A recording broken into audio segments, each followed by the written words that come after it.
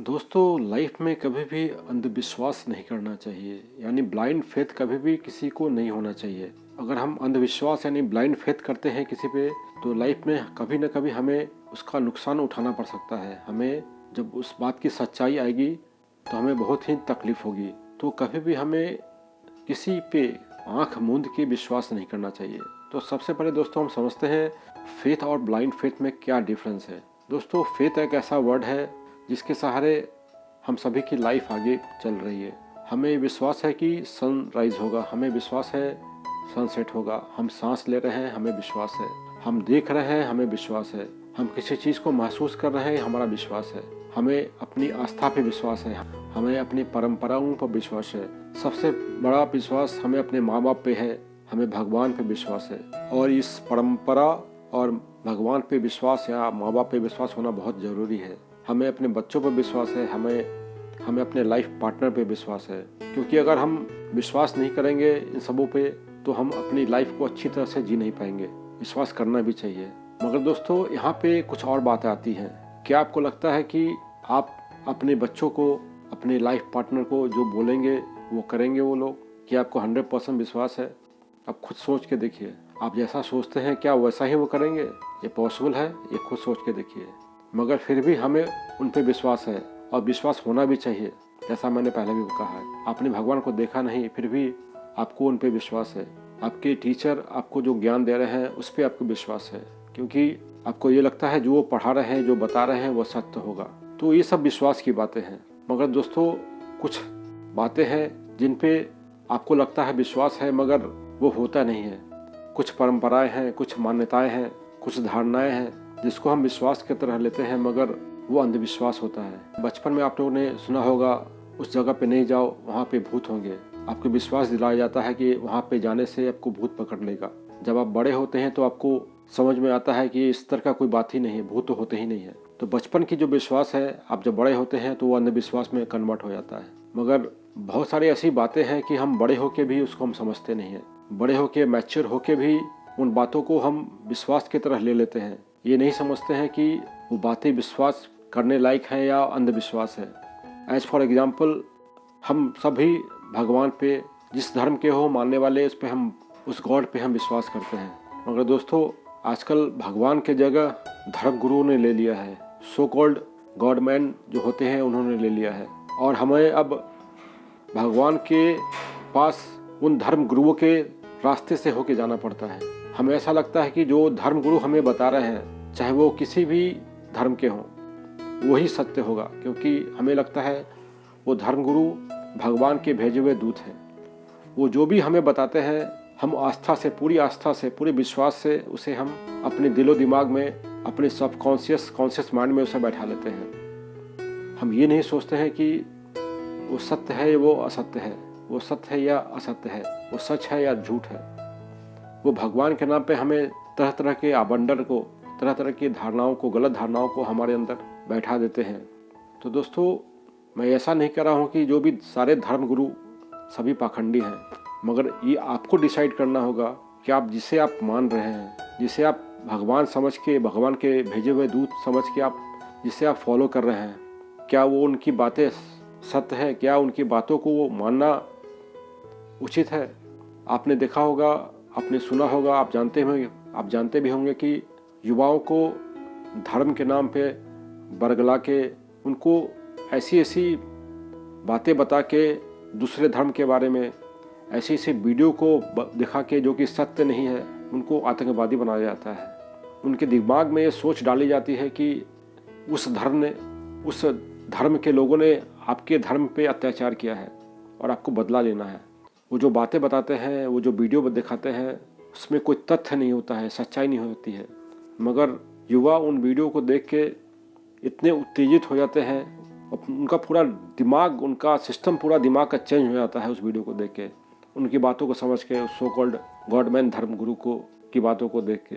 तो मैं इस वीडियो के माध्यम से मैं उन यूथ को, उन बच्चों को ये बताना चाहता हूँ कि आप अपना खुद का दिमाग लगाएं कि वो बता रहे हैं, जो धर्म गुरु हैं आपको बता रहे हैं, क्या वो सत्य है या सत्य नहीं है। आपको उनकी बातें माननी चाहिए या नहीं माननी चाहिए।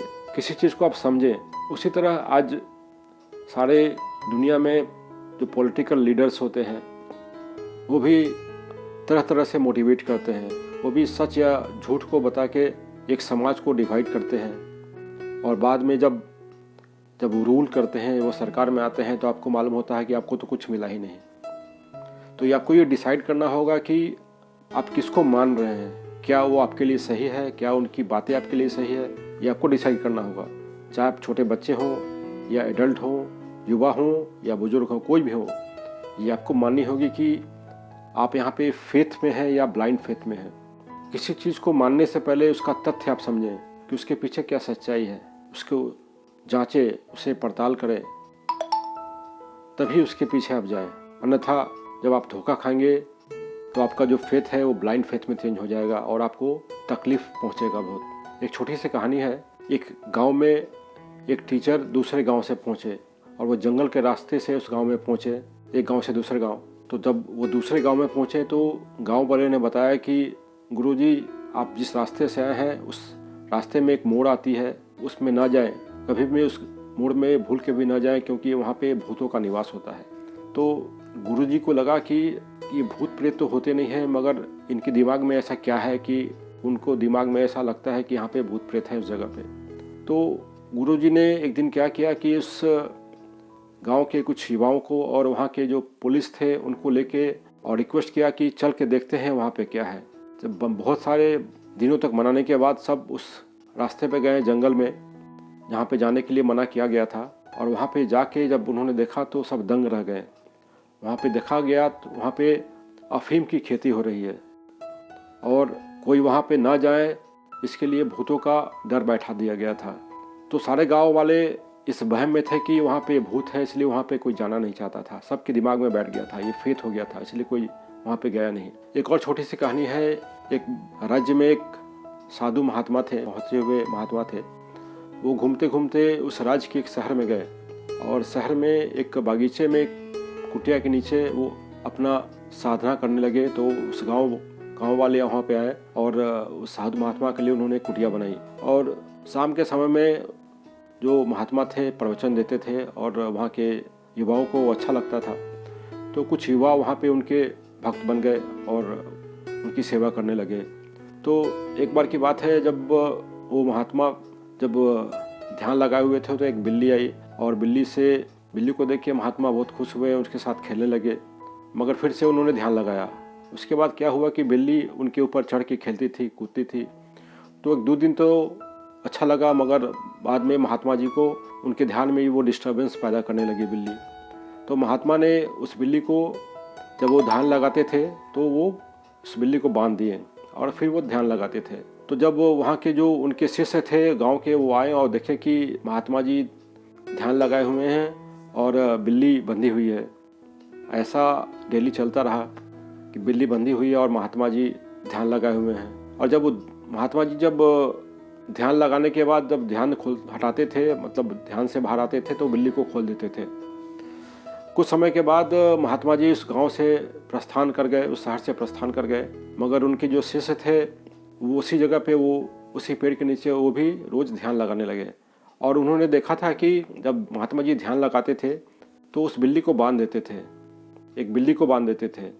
मगर दोस्तों, जब महात्मा जी वो चले गए थे तो वो बिल्ली भी चली गई थी, तो वहाँ पे कोई बिल्ली नहीं थी।